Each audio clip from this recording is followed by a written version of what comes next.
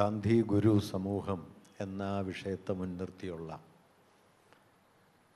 ഈ ഒരു ആലോചനയുടെ സന്ദർഭം ഗാന്ധിയും ഗുരുവും തമ്മിലുള്ള കൂടിക്കാഴ്ചയുടെ ശതാബ്ദി വർഷത്തിൽ കൂടിയാണ് നടക്കുന്നത്. 1925 മാർച്ച് 12-നാണ് ഗാന്ധി ഗുരുവുമായി സംസാരിക്കുന്നത്. ഇന്ന് തിരിഞ്ഞു നോക്കിയാൽ വളരെ ചെറിയ ഒരു കൂടിക്കാഴ്ചയാണ് അന്ന് നടന്നത്. അവർ തമ്മിലുള്ള സംഭാഷണം അച്ചടിച്ച രൂപത്തിൽ നമുക്ക് ലഭ്യമാണ്. അത് ഏകദേശം ഒരു 2-3 പേജുകളിൽ ഒതുങ്ങുന്ന ഒരു സംഭാഷണമാണ്. അതിന് 2 ദിവസം മുമ്പ് ഗാന്ധി വൈക്കം ക്ഷേത്രത്തിൻ്റെ ഊരാളരായ ഇണ്ടന്തുരുത്തി മനയിലെ നമ്പ്യാതിരിയുമായി നടത്തിയ സംഭാഷണമാകട്ടെ ഏതാണ്ട് 20ഓളം പുറങ്ങളിൽ അതിദീർഘമാണ്. എങ്കിലും ഈ 3 പുറങ്ങളിലുള്ള ഗാന്ധിയും ഗുരുവും തമ്മിലുള്ള കൂടിക്കാഴ്ച, അവർക്കിടയിലുള്ള സംഭാഷണം ഇന്ന് തിരിഞ്ഞു നോക്കിയാൽ പിൽക്കാലത്ത് ഗാന്ധിയുടെ വീക്ഷണങ്ങളെ വലിയ തോതിൽ പരിവർത്തനപ്പെടുത്തുന്നതിന് വഴിവെച്ച ഒന്നായിരുന്നു എന്ന് കാണാൻ കഴിയും. ഗുരു മുമ്പോട്ട് വെച്ച ഒരു ജാതി, ഒരു മതം, ഒരു ദൈവം എന്നതിൽ 1924 ഗാന്ധിക്ക് സമ്മതമായിരുന്ന ഒരേ ഒരു കാര്യം ഒരു ദൈവം എന്നതാണ്. എല്ലാ ദൈവങ്ങളും ഒന്നാണ് എന്നതിൽ ഗാന്ധിക്ക് അപ്പോൾ സംശയമൊന്നും ഉണ്ടായിരുന്നില്ല. പക്ഷെ ഒരു ജാതി എന്ന ആശയം ഗുരു അന്ന് അംഗീകരിച്ചിരുന്നില്ല. ഒരു മതം എന്നതും അദ്ദേഹത്തിന് അത്രയൊന്നും സ്വീകാര്യവും ആയിരുന്നില്ല. എന്നാൽ പിന്നെ അന്ന് ഗുരുവുമായി നടത്തിയ സംഭാഷണങ്ങളുടെ തുടർച്ച 1931 രണ്ടാം വട്ടമേശ സമ്മേളനത്തിന് പുറപ്പെടുന്നതിൻ്റെ തലേ ദിവസം 1931 ഓഗസ്റ്റ് 15-ന് അംബേദ്കർ ഗാന്ധിയുമായി നടത്തിയ കൂടിക്കാഴ്ച, രണ്ടാം വട്ടമേശ സമ്മേളനം ഉളവാക്കിയ സാമൂഹികമായ ഫലങ്ങൾ, അതേ ചൊല്ലിയുണ്ടായ സംഘർഷങ്ങൾ, ഒത്തുതീർപ്പുകൾ, ഇതെല്ലാം ചേർന്ന് ഗാന്ധിയുടെ വീക്ഷണത്തെ വലിയ തോതിൽ മാറ്റുകയുണ്ടായി. ജാതി സ്വാഭാവികമായ ഒരു കാര്യമാണെന്നും പ്രകൃതിയിലെ വൈവിധ്യങ്ങളെ ആവിഷ്കരിക്കുന്ന ഒരു സമ്പ്രദായത്തിൻ്റെ പേരാണ് ജാതി എന്നും 1924 ഗാന്ധി ഗുരുവിനോട് പറയുന്നുണ്ട്. മരത്തിലെ ഇലകൾ ചൂണ്ടിക്കാണിച്ചിട്ട്, ഈ ഇലകളെല്ലാം പലതരത്തിലല്ലേ, അതുപോലെ മനുഷ്യപ്രകൃതം പല ജാതികളായി പിരിഞ്ഞിരിക്കുന്നു എന്നല്ലേ ഉള്ളൂ എന്ന നിലയിൽ ജാതിയെ പ്രകൃത്യാനുസൃതമായ ഒരു വിഭജന യുക്തിയായിട്ടാണ് ഗാന്ധി അന്ന് കാണുന്നത്. എന്നാൽ 1936 നവംബർ 11-ന് അദ്ദേഹം നവജീവനിൽ എഴുതുന്ന ലേഖനത്തിലെത്തുമ്പോഴേക്കും അയിത്തം എന്നത് ജാതിയുടെ ഒരു ഉപോൽപ്പന്നമാണെന്നും അതുകൊണ്ട് അയിത്തം മാത്രമായിട്ട് മാറുക പ്രയാസമാണ് എന്നും കരുതുന്ന ഒരു ഗാന്ധിയിലേക്ക് നമുക്ക് വഴി തുറന്നു കിട്ടുന്നുണ്ട്. ആ ലേഖനത്തിൻ്റെ ശീർഷകമായിട്ട് ഗാന്ധി നൽകിയിട്ടുള്ളത് കാസ്റ്റ് ഹാസ് ടു ഗോ എന്നാണ്. ഈ ഒരു വഴിത്തിരിവ് ഏതാണ്ട് ഒരു വ്യാഴവട്ടം കൊണ്ട് ജാതി മനുഷ്യപ്രകൃതത്തിൻ്റെ സ്വാഭാവിക വിഭജനമാണ് എന്നതിൽ നിന്ന് ജാതി പോകേണ്ടതാണ് എന്നതിലേക്ക് ഗാന്ധിയെ വഴിതിരിച്ചു വിടുന്നതിൻ്റെ പ്രാരംഭമായ പ്രേരണ ഗുരുവിൻ്റെതാണ് എന്ന് നമുക്ക് ഇന്ന് തിരിഞ്ഞു നോക്കിയാൽ കാണാനായിട്ട് കഴിയും. അതുകൊണ്ട് ഗാന്ധിയും ഗുരുവും തമ്മിലുള്ള 1925 കൂടിക്കാഴ്ചയും അതിൻ്റെ ഫലങ്ങളും വളരെ വലിയ പ്രാധാന്യമുള്ള കാര്യങ്ങളാണ് എന്നാണ് ഞാൻ കരുതുന്നത്. 100 കൊല്ലം മുമ്പ് ഇന്ത്യ ചരിത്രത്തിലെയും നമ്മുടെ നാടിൻ്റെ ചരിത്രത്തിലെയും ഏറ്റവും മഹിമയുള്ള 2 മനുഷ്യർ തമ്മിൽ കണ്ടു എന്നതിനപ്പുറം ലോകവീക്ഷണപരമായ വലിയ മാറ്റം ആ കൂടിക്കാഴ്ചയെ ഗാന്ധിയിൽ ഉളവാക്കി. ആ മാറ്റമാകട്ടെ ഇന്ത്യയിലെ ദേശീയ പ്രസ്ഥാനത്തിൻ്റെ ഉള്ളടക്കത്തിലും വലിയ തോതിൽ മാറ്റങ്ങൾ ഉളവാക്കി എന്ന് കാണാം. വൈക്കം സത്യാഗ്രഹം തന്നെ നമ്മുടെ ദേശീയ പ്രസ്ഥാനത്തിൻ്റെ ചരിത്രത്തിലെ വലിയൊരു വഴിത്തിരിവാണ്. കാരണം നമ്മുടെ ദേശീയ പ്രസ്ഥാനം അക്കാലം വരെ പൊതുവെ രാഷ്ട്രീയ സ്വാതന്ത്ര്യം എന്നതിനെ സ്വാതന്ത്ര്യത്തിൻ്റെ ഏകരൂപമായി കാണുകയും ബ്രിട്ടീഷുകാരിൽ നിന്ന് കൈവരേണ്ട രാഷ്ട്രീയ സ്വാതന്ത്ര്യത്തിന് വേണ്ടിയുള്ള സമരത്തെ സ്വാതന്ത്ര്യ പ്രക്ഷോഭം എന്ന നിലയിലേക്ക് ചുരുക്കുകയും അല്ലെങ്കിൽ ആ നിലയിൽ മാത്രം മനസ്സിലാക്കുകയും ചെയ്യുന്നൊരു നിലയിലാണ് മുമ്പോട്ട് പോയിരുന്നത്. ഇതിൽ നിന്ന് വ്യത്യസ്തമായി സ്വാതന്ത്ര്യമെന്ന് പറയുന്നതിന് ഭിന്ന പ്രതലങ്ങളുണ്ടെന്നും സാമൂഹിക സ്വാതന്ത്ര്യമില്ലാതെ രാഷ്ട്രീയ സ്വാതന്ത്ര്യം ഇന്ത്യയിൽ അർത്ഥപൂർണമാകില്ല എന്നുമുള്ള തിരിച്ചറിവിലേക്ക് ദേശീയ പ്രസ്ഥാനത്തെ വഴിതിരിച്ചു വിടുന്നതിലും 30കൾ മുതൽ ഐത്തോച്ചാടനം ഗാന്ധിയുടെ നേതൃത്വത്തിൽ ദേശീയ പ്രസ്ഥാനത്തിൻ്റെ മുഖ്യമായ ഒരാശയമായി മാറുന്നതിലും ഈ കൂടിക്കാഴ്ചയ്ക്ക് വലിയൊരു പങ്കുണ്ട്. അതുകൊണ്ട് ഗാന്ധിയും ഗുരുവും എന്നത് വാസ്തവത്തിൽ ഇന്ത്യയെ മനസ്സിലാക്കുന്നതിന് ഉപയുക്തമായ രണ്ട് പ്രധാനപ്പെട്ട ആവിഷ്കാര രീതികളാണ്. അവ തമ്മിലുള്ള ചേർച്ചയിൽ വാസ്തവത്തിൽ ഇന്ത്യ ചരിത്രത്തിലെ മൗലികമായ ചില കുതിപ്പുകൾ, മുന്നോട്ട് പോക്കുകൾ, നൈതികമായ ചില ആയലുകൾ അതിലുണ്ട് എന്നാണ് ഞാൻ കരുതുന്നത്.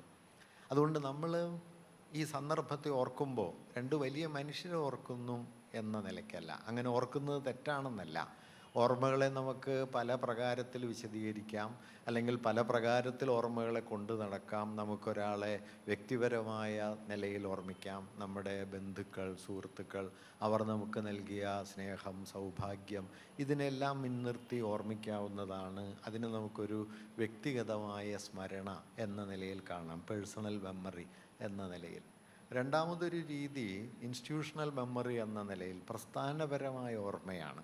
ഒരു വലിയ പ്രസ്ഥാനത്തിന് തുടക്കം കുറിച്ച ഒരാൾ, ഒരു വലിയ സ്ഥാപനത്തിന് തുടക്കം കുറിച്ച ഒരാൾ, അങ്ങനെയുള്ളവരെയൊക്കെ ആ പ്രസ്ഥാനങ്ങളോ സ്ഥാപനങ്ങളോ ഒക്കെ സ്മരിക്കുന്നു എന്ന നിലയിലും ഓർമ്മകൾ നിലനിൽക്കും. അതും വളരെ പ്രധാനപ്പെട്ട അർത്ഥപൂർണമായ ഒന്ന് തന്നെയാണ്. അത് ഇൻസ്റ്റിറ്റ്യൂഷണൽ മെമ്മറി എന്ന് പറയാവുന്നതാണ്. പക്ഷേ ഈ രണ്ട് ഓർമ്മകൾക്കുമുള്ള മൗലികമായ ഒരു പരാധീനതയെന്നോ സ്വഭാവവിശേഷമെന്നോ പറയാവുന്നത്, ഈ രണ്ട് ഓർമ്മകളിലും ഓർമ്മ ഒരു ഭൂതകാല സ്മരണയാണ്. പഴയകാലത്തെങ്ങോ ജീവിച്ചിരുന്ന, നമ്മോട് ബന്ധപ്പെട്ടിരുന്ന ഒരാളെ അല്ലെങ്കിൽ ഒരു സന്ദർഭത്തെ നാം ഓർക്കുന്നു. ഓർമ്മ അവിടെ പഴയ കാലത്തിലേക്കുള്ള ഒരു പോക്കാണ്. ഇതിൽ നിന്ന് മാറി നമുക്ക് ഓർമ്മയെ നമ്മുടെ കാലത്തിലേക്കും ഭാവിയിലേക്കും പ്രക്ഷേപിക്കാൻ കഴിയുന്ന തരത്തിൽ ഓർമ്മയെ നവീകരിക്കാൻ കഴിയും. ഒരു സാമൂഹ്യ ചിന്തകൻ അങ്ങനെയുള്ള ഓർമ്മയെ മെമ്മറി ഓഫ് പ്രാക്സിസ് എന്ന് വിശേഷിപ്പിക്കുന്നുണ്ട്. പ്രയോഗത്തിൻ്റെ ഓർമ്മ, പ്രവൃത്തിയായിത്തീരുന്ന ഓർമ്മ എന്ന് വേണമെങ്കിൽ പറയാം. വൈലോപ്പിള്ളി ഓണപ്പാട്ടുകാരിൽ ഓണത്തെ അങ്ങനെ ഒരു ഭാവിയിലേക്ക് പ്രക്ഷേപിക്കുന്നുണ്ട്. ആ വരവിങ്കൽ ഉണർന്ന് ചിരിപ്പൂ പൂവുകൾ, ഞങ്ങളുടെ സാക്ഷികൾ അത്രേ പൂവുകൾ, പോവുക നാം എതിരേൽക്കുക നമ്മൾ ഒരുക്കുക നാളെയൊരോണം എന്ന് വൈലോപ്പിള്ളി എഴുതുന്നുണ്ട്. ഇന്നലെ കഴിഞ്ഞു പോയ ഒരു ഓണത്തെക്കുറിച്ചല്ല, നാളെ നിർമ്മിച്ചെടുക്കേണ്ട ഒരു ഓണത്തെക്കുറിച്ച്, ഓണം എന്ന ഓർമ്മയെ രൂപാന്തരപ്പെടുത്തുന്ന മലയാളത്തിലെ ചുരുക്കം കവിതകളിലൊന്നാണ് വൈലോപ്പിള്ളിയുടെ ഓണപ്പാട്ടുകാർ. ഇത് വളരെ പ്രധാനപ്പെട്ട ഒരു മാറ്റമാണ്. കാരണം ഓർമ്മ ഒരു ഭൂതകാല സ്മൃതിയായി തീരുമ്പോൾ ഓർമ്മ എന്നത് ഭൂതത്തിൽ സ്തംഭിച്ച് നിൽക്കുന്ന ഒന്നായി മാറും. ഭാവിയിലേക്കുള്ള ഒരു പ്രവൃത്തിയായി, ഭാവിയിൽ തുടരുന്ന ഒന്നായി അതിനെ മാറ്റി തീർക്കുക എന്നതാണ് വാസ്തവത്തിൽ ഓർമ്മയെ സംബന്ധിച്ച് ഏറ്റവും പ്രധാനപ്പെട്ട ഒരു രാഷ്ട്രീയ ഉള്ളടക്കം എന്ന് വേണമെങ്കിൽ പറയാം. ആ നിലയിൽ ഭാവിയിലേക്ക് തുടരാൻ കെൽപ്പുള്ള, പ്രവൃത്തിയായി മാറാൻ കഴിയുന്ന, അതുകൊണ്ട് ഫലമുളവാക്കാൻ കഴിയുന്ന ഓർമ്മയാണ് വാസ്തവത്തിൽ ഗാന്ധിയുടെയും ഗുരുവിൻ്റെയും. നിശ്ചയമായും അവർ രണ്ടുപേരുടെയും പ്രവർത്തന മണ്ഡലങ്ങൾ തമ്മിലും അവരുടെ പ്രവൃത്തിയുടെ ആഘാതശേഷിയുടെ തലത്തിലുമൊക്കെ വലിയ വ്യത്യാസങ്ങളുണ്ട് എന്ന് നമുക്കറിയാം. ഗാന്ധി 1915 ഇന്ത്യയിൽ വരുന്ന സമയത്ത്, തിരിച്ചെത്തുന്ന സമയത്ത് അദ്ദേഹത്തിന് 45 വയസ്സ് കഴിഞ്ഞിരുന്നു. അദ്ദേഹത്തിൻ്റെ ജീവിതത്തിൻ്റെ പകുതിക്ക് മുകളിൽ നല്ല ഏതാണ്ട് 60% പിന്നിട്ട് കഴിഞ്ഞിട്ടാണ് ഗാന്ധി ഇന്ത്യൻ ജീവിതത്തിലേക്ക് തിരിച്ചു വരുന്നത്. പങ്കജ് മിശ്ര അതേക്കുറിച്ച് എഴുതിയൊരു ലേഖനത്തിൽ പറയുന്നുണ്ട്, ആ 45 വയസ്സിനിടയിൽ എപ്പോഴെങ്കിലും ഗാന്ധി ഇന്ത്യയിലെ ദരിദ്രനായ ഒരു ഗ്രാമീണനെയോ ഒരു കർഷകനെയോ നേർക്ക് നേരെ കണ്ടിരുന്നു പോലുമില്ല എന്ന് ഗാന്ധിയെക്കുറിച്ച് പങ്കജ് മിശ്ര ഒരു ലേഖനത്തിൽ പറയുന്നുണ്ട്. ഗുരു അങ്ങനെ ഒരാളല്ല. ഗുരു ഇവിടെ ജനിച്ച് ഇവിടെ തന്നെ ജീവിച്ച് അല്പകാലത്തെ സിലോൺ യാത്ര മാറ്റിവെച്ചാൽ അദ്ദേഹത്തിൻ്റെ ജീവിതം പൂർണ്ണമായിട്ടും ഇവിടെയായിരുന്നു എന്ന് നമുക്കറിയാം.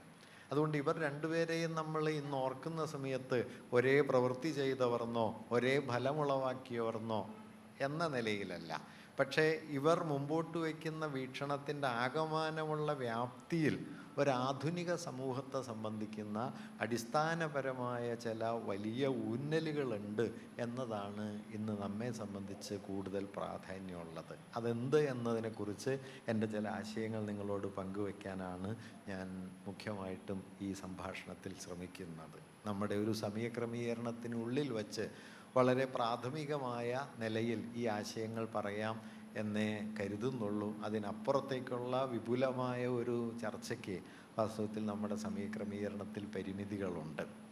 ഒന്നാമത്തെ കാര്യം, എന്താണ് ഗാന്ധി ഇന്ത്യയിൽ ചെയ്തത്?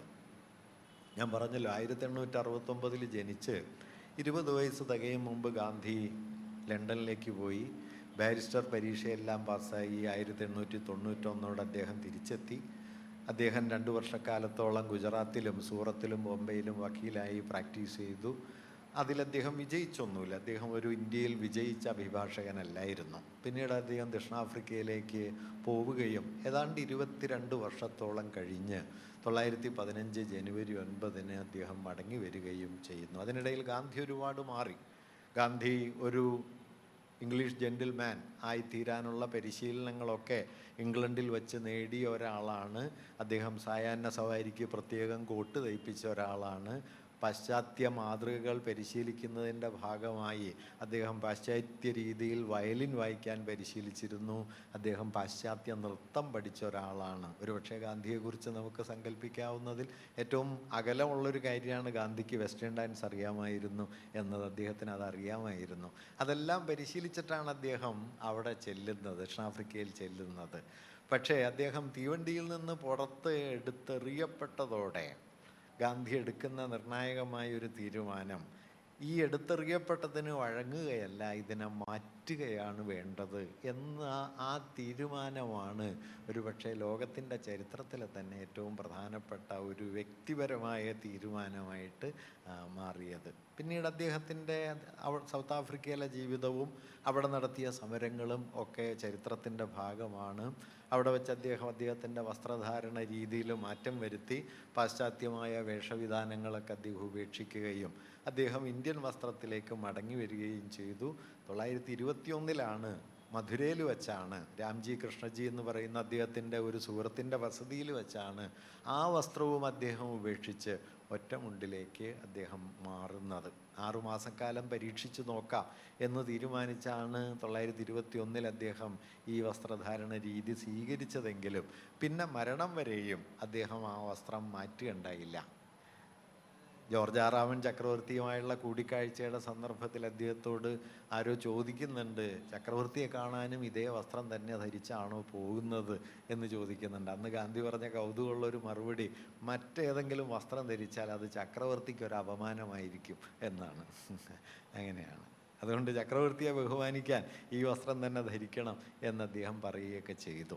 എന്തായാലും എന്താണ് ഗാന്ധി ഇന്ത്യൻ ജീവിതത്തിൽ ചെയ്തത്? ഞാൻ 5 കാര്യങ്ങൾ പ്രത്യേകമായിട്ട് എടുത്ത് പറയണം എന്ന് കരുതുന്നു, ഗാന്ധിയുടെ ഇടപെടലിൻ്റെ ഫലങ്ങൾ എന്ന നിലയ്ക്ക്. അതിലൊന്നാമത്തെ കാര്യം, ഇന്ത്യൻ ദേശീയ പ്രസ്ഥാനത്തെയും ദേശീയതാ സങ്കല്പത്തെയും മതനിരപേക്ഷമായ ഒന്നിലേക്ക് രൂപാന്തരപ്പെടുത്തുന്നതിൻ്റെ കേന്ദ്രം ഗാന്ധിയായിരുന്നു. നിശ്ചയമായും ഗാന്ധിക്ക് മുമ്പും ഇന്ത്യൻ ദേശീയതയുണ്ട്. ഗാന്ധിക്ക് മുമ്പ് ബാലഗംഗാധര തിലകനെ പോലെയുള്ള വലിയ ദേശീയ നേതാവ് നമുക്കുണ്ട്.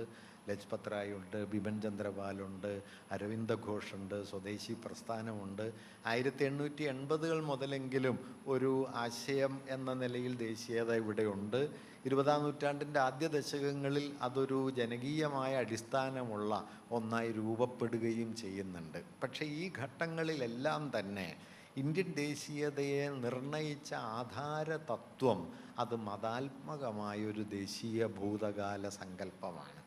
മതാത്മകമായ ഹൈന്ദവമെന്ന് വിളിക്കപ്പെടുന്ന വാസ്തവത്തിൽ ബ്രാഹ്മണികവും വൈദികവുമായ ഒരു ഭൂതകാലത്തെ മുൻനിർത്തി ആദർശാത്മകമായ ഒരു പരിവേഷം ഇന്ത്യൻ ദേശീയതയ്ക്ക് നൽകിക്കൊണ്ട് ഒരർത്ഥത്തിൽ ആ ഭൂതത്തിൻ്റെ പുനഃസ്ഥാപനം എന്ന നിലയിൽ കൂടിയാണ് ദേശീയ പ്രസ്ഥാനം വികസിക്കുന്നത്. പക്കാലത്ത് ഇന്ത്യയിലെ പൊളിറ്റിക്കൽ സംവാദങ്ങൾ നോക്കിക്കഴിഞ്ഞാൽ ഈ ആശയം പല നിലയിൽ കടന്നു വരുന്നത് കാണാൻ പറ്റും. ബ്രിട്ടീഷ് പ്രിവി കൗൺസിലുകൾക്ക് തുല്യമാണ് വേദങ്ങളിലെ സഭകൾ എന്ന് പറയുന്നത് ചെറിയ ആളൊന്നുമല്ല.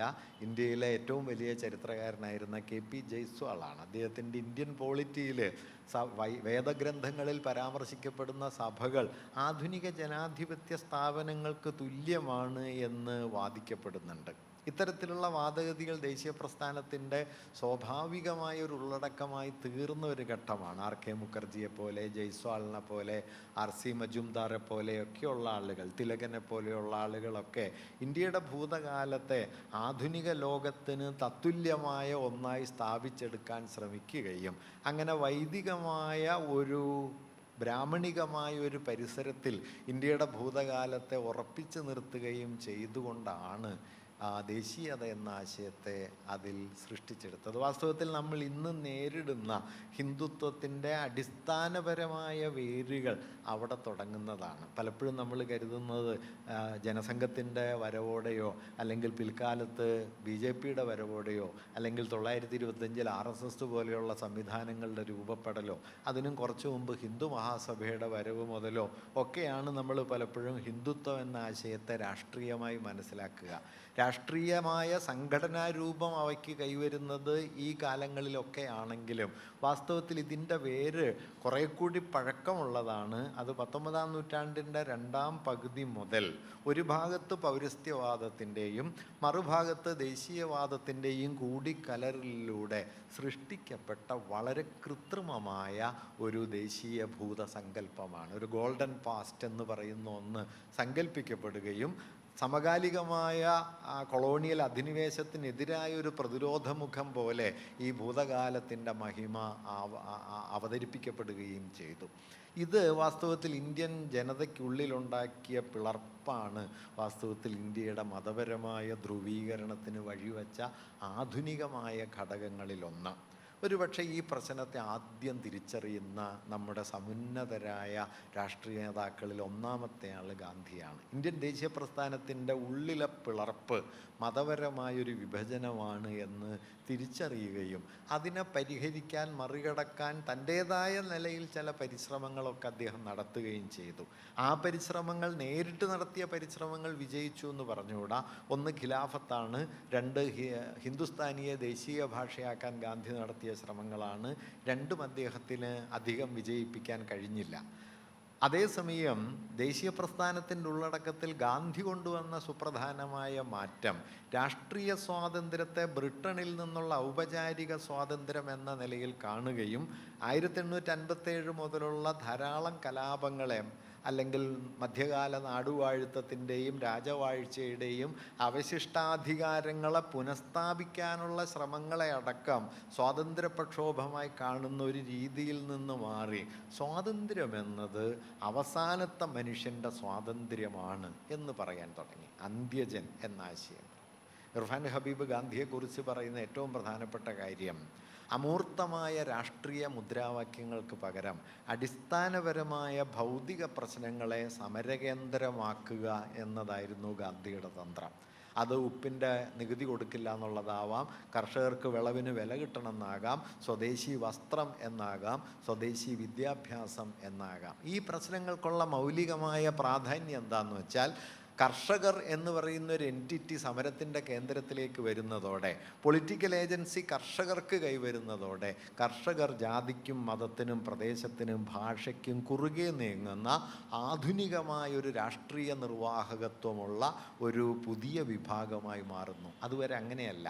ഒന്നുകിൽ മധ്യവർഗത്തിൽപ്പെട്ട ഉപരിജാതികളിൽപ്പെട്ട വിഭാഗക്കാർ, അല്ലെങ്കിൽ ഭൂപ്രഭുക്കളുടെ പാരമ്പര്യമുള്ള പഴയ നാടുവാഴുത്ത പാരമ്പര്യത്തിൻ്റെ തുടർച്ചക്കാർ, ഇവരെല്ലാം, അല്ലെങ്കിൽ മതാത്മക ഭൂതകാലത്തിൽ വലിയ തോതിൽ ആവേശം കൊള്ളുന്ന മനുഷ്യർ, ഇങ്ങനെയുള്ളവരുടെ മുൻകൈയിൽ നിന്ന ദേശീയതാ സങ്കല്പത്തെ കീഴ്ത്തട്ടിലെ സാധാരണ മനുഷ്യരിലേക്ക്, കർഷകരിലേക്ക്, തൊഴിലാളികളിലേക്ക്, കീഴ്ത്തട്ടിൽ പണിയെടുക്കുന്ന മനുഷ്യരിലേക്ക് ദേശീയത എന്ന സങ്കല്പത്തെ കൂട്ടിവിളക്കുകയും അങ്ങനെ നമ്മുടെ ദേശീയ പ്രസ്ഥാനത്തെ തന്നെ അതുവരെ ഉണ്ടായിരുന്ന മതാത്മകതയിൽ നിന്ന് മതനിരപേക്ഷമെന്ന് പറയാവുന്ന ആധുനികമായ ഒരു ഉള്ളടക്കത്തിലേക്ക് കൊണ്ടുവരികയും ചെയ്തു എന്നതാണ് ഗാന്ധിയുടെ ഇടപെടലിൻ്റെ ഏറ്റവും പ്രധാനപ്പെട്ട കാര്യം.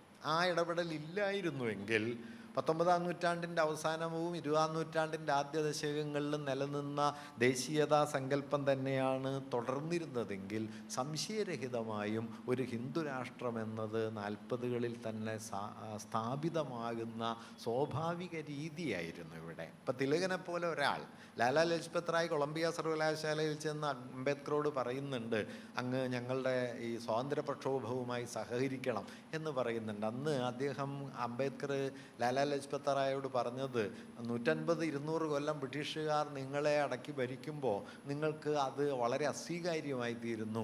2000 കൊല്ലമായി നിങ്ങൾ ഞങ്ങളെ അടക്കി ഭരിച്ചപ്പോൾ നിങ്ങൾക്ക് അസ്വാഭാവികത ഒന്നും തോന്നിയില്ലല്ലോ എന്ന് ചോദിക്കുകയും ലജ്പത് റായിയോട് വിമർശനാത്മകമായി സംസാരിക്കുകയും ചെയ്യുന്നുണ്ട്.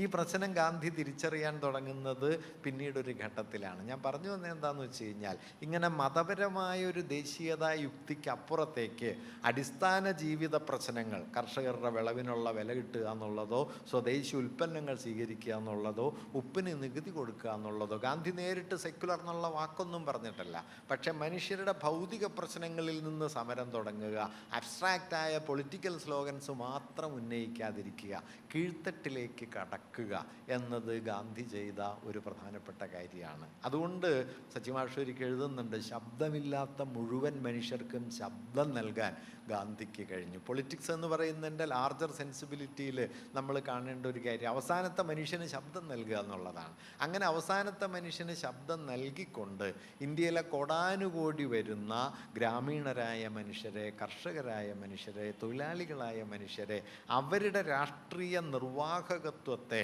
ആദ്യമായി നമ്മുടെ ദേശീയ പ്രക്രിയയുടെ ഭാഗമാക്കി മാറ്റി എന്നതാണ് ഗാന്ധിയുടെ ഇടപെടലിൻ്റെ രണ്ടാമത്തെ സുപ്രധാനമായ ഒരു തലമായി കാണേണ്ടത്. മതനിരപേക്ഷത എന്നതുപോലെ തന്നെ. അതുകൊണ്ട് 1920-കൾക്ക് ശേഷം ഇന്ത്യൻ ദേശീയ പ്രസ്ഥാനത്തിൻ്റെ സ്വഭാവം മാറി, ഇന്ത്യയുടെ സാമൂഹ്യ ഉള്ളടക്കം മാറി. അപ്പോൾ 1920-കളുടെ അവസാനമാകുമ്പോഴേക്കും പുതിയ ഒരു കൂട്ടം സംഘടനകൾ വരുന്നുണ്ടെന്ന് നിങ്ങൾ ശ്രദ്ധിച്ചാൽ കാണാം. ആ ഘട്ടത്തിലാണ് all India trade union Congress വരുന്നത്, ഓൾ ഇന്ത്യ സ്റ്റുഡൻസ് ഫെഡറേഷൻ വരുന്നത്, ഓൾ ഇന്ത്യ യൂത്ത് ഫെഡറേഷൻ വരുന്നത്. യുവാക്കൾ, വിദ്യാർത്ഥികൾ, തൊഴിലാളികൾ, സ്ത്രീകൾ, ഇവരുടെയൊക്കെ സംഘടനകൾ ഉയർന്നു വരികയും കർഷക പ്രസ്ഥാനങ്ങൾ ഉയർന്നു വരികയും സോഷ്യലിസ്റ്റ് മൂവ്മെൻറ്റ് ഉയർന്നു വരികയും ഒക്കെ ചെയ്യുന്നു. അതുവരെ ഇന്ത്യയുടെ ദേശീയ രാഷ്ട്രീയത്തെ നിർണയിച്ചിരുന്ന സുപ്രധാന ഘടകങ്ങൾ പലതും പിൻവാങ്ങുകയും അതുവരെ ഇല്ലാതിരുന്ന ആധുനികമെന്ന് വിളിക്കാവുന്ന രാഷ്ട്രീയ കർത്തൃത്വങ്ങൾ ഇന്ത്യൻ സാമൂഹ്യ ജീവിതത്തിൻ്റെ കേന്ദ്രത്തിലേക്ക് ഉയർന്നു വരികയും ചെയ്യുന്നത് ഈ 20കളിലാണ്. അതിൻ്റെ സുപ്രധാനമായ ഒരു ഘടകം ഏറ്റവും കീഴ്ത്തട്ടിലെ ഗ്രാമീണരിലേക്കും തൊഴിലാളികളിലേക്കും ഏറ്റവും താഴെയുള്ള മനുഷ്യരിലേക്കും നമ്മുടെ രാഷ്ട്രീയ പ്രക്രിയ കടന്നു ചെന്നു എന്നതാണ്. ആ കടന്നു ചെല്ലലിൻ്റെ ഏറ്റവും പ്രധാനപ്പെട്ട കേന്ദ്രമായി നിന്നത് ഗാന്ധിയാണ്. ഒപ്പം തന്നെ മൂന്നാമത്തെ ഒരു കാര്യം, അദ്ദേഹത്തിൻ്റെ ജീവിതത്തിൽ ഉടനീളം അദ്ദേഹം ഏറ്റവും വലിയ കരുതലോടെ ഉയർത്തിക്കൊണ്ടുവരാൻ ശ്രമിച്ചൊരു കാര്യം, ഇന്ത്യയിലെ ഏറ്റവും പ്രബലങ്ങളായ 2 മതങ്ങൾ എന്ന നിലയ്ക്ക് ഹിന്ദുക്കൾക്കും മുസ്ലിങ്ങൾക്കും ഇടയിലുള്ള ഐക്യം ഉണ്ടാവുക എന്നതാണ്. ഇതിനു വേണ്ടിയാണ് അദ്ദേഹം ഖിലാഫത്തിനെ ഉയർത്തിക്കൊണ്ട് വന്നത്. ഖിലാഫത്തിനെ ദേശീയ പ്രസ്ഥാനത്തിൻ്റെ ഭാഗമാക്കുന്നതിനോട് അന്ന് ഏറ്റവും വലിയ വിയോജിപ്പ് പ്രകടിപ്പിച്ച ആളുകളിൽ ഒരാൾ, ഇന്ന് കൗതുകം തോന്നുന്ന മുഹമ്മദ് അലി ജിന്നയാണ്. ജിന്ന കരുതിയത് ഖിലാഫത്ത് എന്ന് പറയുന്നത് തുർക്കിയിലെ ഖലീഫയെ അഖില ലോക മുസ്ലിങ്ങളുടെ തലവനാക്കി മാറ്റണമെന്ന മുദ്രാവാക്യം ഏതെങ്കിലും നിലയിൽ ഒരു ദേശീയ സ്വഭാവമുള്ള ദേശീയ പ്രസ്ഥാനത്തിൻ്റെ ഉള്ളടക്കമുള്ള മുദ്രാവാക്യമല്ല, അത് തികച്ചും മതാത്മകമായ മുദ്രാവാക്യമാണ്, അത് ദേശീയ പ്രസ്ഥാനം ഏറ്റെടുക്കേണ്ടതില്ല എന്നതായിരുന്നു ജിന്നയുടെ കാഴ്ചപ്പാട്. പക്ഷേ ഗാന്ധി അതിനെ സ്വീകരിച്ചതിന് കാരണം ഞാൻ നേരത്തെ പറഞ്ഞതുപോലെ ഒരു 3-4 പതിറ്റാണ്ട് കാലത്തെ ഇന്ത്യൻ ദേശീയതയുടെ വികാസത്തിനുള്ളിലുണ്ടായ ഏറ്റവും വലിയ പിളർപ്പ് ഹിന്ദു മുസ്ലിം വിഭജനമായിരുന്നു. സർ സയ്യദ് അഹമ്മദ് ഖാനെ പോലുള്ള ആളുകൾ ദേശീയ പ്രസ്ഥാനം വഴിയല്ല, മറിച്ച് ആധുനിക വിദ്യാഭ്യാസം വഴിയാണ് മുസ്ലിങ്ങൾ പുരോഗമിക്കേണ്ടത് എന്ന നിലപാടെടുക്കുകയും അലിഗർ സർവകലാശാലയുടെ സ്ഥാപനത്തിലേക്കൊക്കെ നീങ്ങുകയും ചെയ്യുന്നത് ദേശീയ പ്രസ്ഥാനത്തിൽ ഇൻഹറൻ്റായിട്ടുണ്ടായിരുന്ന ഈ ഹിന്ദുത്വപരമായ ഉള്ളടക്കമാണ്. ഇതിനെ മറികടക്കാതെ വാസ്തവത്തിൽ ഇന്ത്യയെ സംരക്ഷിക്കാൻ കഴിയില്ല എന്ന സുപ്രധാനമായൊരു ബോധ്യം ഗാന്ധിക്കുണ്ടായിരുന്നു. ആ ബോധ്യം അദ്ദേഹം പല രൂപത്തിൽ തൻ്റെ പ്രവൃത്തിയിലൂടെ സാക്ഷാത്കരിക്കാൻ ശ്രമിക്കുകയും അദ്ദേഹം അതിനെ ആത്മീയമായ പ്രതലങ്ങളിലേക്ക് ഉയർത്തി, നൈതികമായ പ്രതലങ്ങളിലേക്ക് ഉയർത്തി, നിശ്ചയമായും രാഷ്ട്രീയമായ പ്രതലങ്ങളിലേക്കും ഉയർത്താൻ ശ്രമിച്ചു. ഒരുപക്ഷെ ഗാന്ധിയുടെ ജീവിതത്തിലുടനീളം അദ്ദേഹം മാറ്റമില്ലാതെ കൊണ്ടു നടന്ന, കാരണം ഗാന്ധി മാറിക്കൊണ്ടിരുന്ന ഒരാളാണ്. 1920കളിൽ ഗാന്ധി പറയുന്ന മിക്കവാറും കാര്യങ്ങളിൽ നിന്ന് അദ്ദേഹം 40കളാവുമ്പോഴേക്കും മാറുന്നുണ്ട് എന്ന് സൂക്ഷിച്ചു നോക്കിയാൽ കാണാം. അത് മതത്തെക്കുറിച്ചായാലും ജാതിയെക്കുറിച്ചായാലും സത്യഗ്രഹത്തെക്കുറിച്ചുള്ള ആശയമായാലും അഹിംസയെക്കുറിച്ചുള്ള ആശയമായാലും ഒക്കെ അദ്ദേഹത്തിൻ്റെ വീക്ഷണങ്ങളിൽ മാറ്റം വരുന്നുണ്ട്. പക്ഷേ 33 വർഷക്കാലത്ത് ഇന്ത്യൻ ജീവിതത്തിൽ അദ്ദേഹം ഒരിക്കലും മാറ്റം വരുത്തിയിട്ടില്ലാത്ത അടിസ്ഥാന ആശയങ്ങളിലൊന്ന് ഹിന്ദു മുസ്ലിം ഐക്യം എന്നതാണ്. അതിനുവേണ്ടി പല പരീക്ഷണങ്ങൾ അദ്ദേഹം നടത്തുന്നുണ്ട്. അതിലാദ്യത്തേത് ഖിലാഫത്താണെങ്കിൽ അവസാനത്തേതാണ് സ്വാതന്ത്ര്യപ്രാപ്തിയുടെ സമയത്ത് ഹിന്ദുസ്ഥാനിയെ ദേശീയ ഭാഷയാക്കണം എന്ന നിലപാട്. ഗോഡ്സെ ഷിംല കോടതിയിൽ നൽകുന്ന ആ പ്രസ്താവനയിൽ ഗാന്ധിയെ വധിക്കുന്നതിൻ്റെ പല കാരണങ്ങൾ പറയുമ്പോൾ രണ്ടാമത്തെയോ മൂന്നാമത്തെയോ കാരണമായിട്ട് അദ്ദേഹം പറയുന്നത് ഹിന്ദുസ്ഥാനി എന്ന് പറയുന്ന ബാസ്റ്റാർഡ് ലാംഗ്വേജ് എന്നാണ് അദ്ദേഹം ഉപയോഗിക്കുന്നത്, തന്തയില്ലാത്ത ഭാഷ. ഈ ഭാഷയെ ഇന്ത്യക്ക് മേൽ അടിച്ചേൽപ്പിക്കാൻ ഗാന്ധി ശ്രമിച്ചു എന്നതാണ്. ഹിന്ദിയല്ല. ഹിന്ദി എന്നത് സംസ്കൃതം കലർന്ന് ബ്രാഹ്മണവൽക്കരിക്കപ്പെട്ട, സംസ്കൃതീകരിക്കപ്പെട്ട ഒന്നാണെന്നും അതിന് പകരം ഉറുദുവിലെ പദങ്ങൾ വലിയ തോതിൽ കൂടിക്കലർന്ന് 2 മതങ്ങൾ 2 സംസ്കാരങ്ങൾ കൂടിച്ചേർന്ന ഒരു ഭാഷാ സ്വരൂപമാണ് ഹിന്ദുസ്ഥാനിയുടേതെന്നാണ് ഗാന്ധി കരുതിയത്. അതുകൊണ്ട് ഹിന്ദുസ്ഥാനി പ്രധാനമാകണമെന്ന വീക്ഷണവും അദ്ദേഹം ഉയർത്തുന്നത് ആ ഒരു പശ്ചാത്തലത്തിലാണ്. ഇങ്ങനെ ഹിന്ദു മുസ്ലിം ഐക്യത്തിൻ്റെ സ്ഥാപനത്തിന് വേണ്ടിയുള്ള ഗാന്ധിയുടെ ശ്രമം വളരെ പ്രധാനപ്പെട്ട മൂന്നാമത്തെ ഒരു കാര്യമാണ്. ഒരുപക്ഷെ നാം ഇന്നും ഉയർത്തിപ്പിടിക്കേണ്ട ഏറ്റവും പ്രധാനപ്പെട്ട രാഷ്ട്രീയമായ ഗാന്ധിയുടെ നിക്ഷേപങ്ങളിലൊന്ന് ഈ മൂന്നാമത്തെ ഘടകമാണ് എന്ന് ഞാൻ കരുതുന്നു. നാലാമത്തേത് ഒരുപക്ഷെ തൻ്റെ ജീവിതം കൊണ്ട് ഗാന്ധി ചെയ്ത ഏറ്റവും വലിയ കാര്യം അദ്ദേഹം വർഗീയതക്കെതിരെ നടത്തിയ വിട്ടുവീഴ്ചയില്ലാത്ത സമരമാണ്. ഇർഫാൻ ഹബീബ് ഗാന്ധിയെക്കുറിച്ചുള്ള തൻ്റെ പ്രബന്ധം അവസാനിപ്പിക്കുമ്പോൾ പറയുന്നുണ്ട്, എന്താണ് ഗാന്ധി നമുക്ക് നൽകുന്ന സന്ദേശം? അദ്ദേഹം പറയുന്നത്, നിർണായകമായ നിമിഷങ്ങളിൽ അടിസ്ഥാന മൂല്യങ്ങളിൽ ഒരു വിട്ടുവീഴ്ചയും ചെയ്യരുത് എന്നതാണ് ഗാന്ധിയുടെ സന്ദേശം. ഇത് വളരെ പ്രധാനപ്പെട്ട കാര്യമാണ്. വിഭജനത്തിൻ്റെ സമയത്ത് വിഭജനം ചോരപ്പുഴയായി മാറുമെന്ന് ആദ്യമേ മനസ്സിലാക്കുകയും അതിനെതിർക്കുകയും ചെയ്ത ഒരേ ഒരാൾ ഗാന്ധിയാണ്. വിഭജനം കൊണ്ട് 4-5 ലക്ഷം പേർക്ക് അങ്ങോട്ടും ഇങ്ങോട്ടും സ്ഥാനചലനം ഉണ്ടാകും എന്നാണ് കോൺഗ്രസ് കരുതിയത്, ബ്രിട്ടീഷ് ഗവൺമെൻറ് കരുതിയത്, ജിന്ന കരുതിയത്, മുസ്ലിം ലീഗ് കരുതിയത്. അല്ലാതെ വിഭജനം ഒരു ഭീമാകാരമായ ലഹളയായി മാറാൻ പോകുന്നു എന്നാരും പ്രതീക്ഷിച്ചില്ല. പക്ഷെ ഫലത്തിൽ എന്തുണ്ടായി എന്ന് വെച്ച് കഴിഞ്ഞാൽ 2 കോടിയിലധികം ആളുകൾ അഭയാർത്ഥികളായി, 2 ലക്ഷം മുതൽ 10 ലക്ഷം വരെ പേർ എന്നാണ് കണക്കുകൾ പറയുക. അത്രയും പേരെങ്കിലും കൊല ചെയ്യപ്പെട്ടു. 20-ാം നൂറ്റാണ്ടിൻ്റെ ചരിത്രത്തിൽ ലോകത്തുണ്ടായ ഏറ്റവും വലിയ വർഗീയമായ കൂട്ടക്കൊല ഇന്ത്യ വിഭജനത്തിൻ്റെ സന്ദർഭത്തിലാണ്. ഇതുണ്ടായ സന്ദർഭത്തിൽ ഇതിനെ ചെറുക്കാൻ നവഖാലിയിൽ അദ്ദേഹം നടത്തുന്ന യാത്രകളുണ്ട്, കൽക്കട്ടയിലെ നിരാഹാര സമരമുണ്ട്, ഡൽഹിയിലെ നിരാഹാര സമരമുണ്ട്. ഏറ്റവും ഒടുവിൽ തൻ്റെ ജീവൻ തന്നെ ബലി നൽകിക്കൊണ്ട് വർഗീയതയ്ക്കെതിരെ വിട്ടുവീഴ്ചയില്ലാത്ത നിലപാടെടുക്കാനായിട്ട് അദ്ദേഹത്തിന് കഴിഞ്ഞു. ഒരുപക്ഷെ ഗാന്ധിയിൽ നിന്ന് ഇന്ന് നാം ഏറ്റെടുക്കേണ്ട ഏറ്റവും വലിയ നൈതികമായൊരു പാരമ്പര്യം എന്ന് പറയുന്നത് ഈ ഒരു ഘടകമാണ് എന്ന് ഞാൻ കരുതുന്നു. അത് മതത്തെക്കുറിച്ച് തന്നെയുള്ള ഗാന്ധിയുടെ വലിയ ഒരു പുനരാലോചനയും അതിലടങ്ങിയിട്ടുണ്ട്. I will definitely introduce religion into politics. Politics without religion is immoral എന്നെല്ലാം അദ്ദേഹം 1920കളിൽ പറയുന്നുണ്ട്. പക്ഷേ ആ ഗാന്ധി തന്നെ മതമെന്ന് പറയുന്നത് ഏതെങ്കിലും ഒരു പ്രത്യേക തരത്തിലുള്ള മതത്തെ അല്ല താൻ സൂചിപ്പിക്കുന്നത്. മതമെന്നത് വലിയ തോതിലുള്ള ഒരു ധാർമ്മിക ആശയമാണ് എന്നതിലേക്ക് തൻ്റെ ആശയത്തെ വികസിപ്പിക്കുന്നുണ്ട്. നിങ്ങൾക്ക് വേണമെങ്കിൽ കൗതുകകരമായി തോന്നാവുന്ന ഒരു കാര്യം, ഈ പോയിന്റിൽ അംബേദ്കർ എത്തിച്ചേരുന്നുണ്ട്. 1953-54 ഘട്ടത്തിൽ ബുദ്ധമതത്തിലേക്ക് നീങ്ങിയതിന് ശേഷം അദ്ദേഹം പറയുന്നുണ്ട്, ഞാൻ എൻ്റെ ജനാധിപത്യത്തിൻ്റെ അടിസ്ഥാന തത്വങ്ങൾ ജനാധിപത്യം എന്ന് പറയുന്ന ലിബർട്ടി, ഇക്വാലിറ്റി, ഫ്രറ്റേണിറ്റി എന്നതാണ്. ഞാനിത് ഫ്രഞ്ച് വിപ്ലവത്തിൽ നിന്ന് സ്വീകരിച്ചു എന്ന് നിങ്ങൾ തെറ്റിദ്ധരിക്കരുത്. ഞാനിത് സ്വീകരിച്ചത് ബുദ്ധനിൽ നിന്നാണ്, ബുദ്ധമതത്തിൽ നിന്നാണ്. എന്നിട്ട് അദ്ദേഹം പറയുന്നുണ്ട്, not from political science but from religion.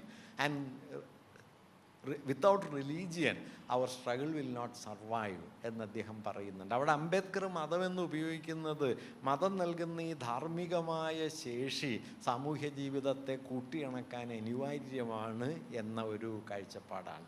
ഈ ഒരു കാഴ്ചപ്പാട് ഒരുപക്ഷെ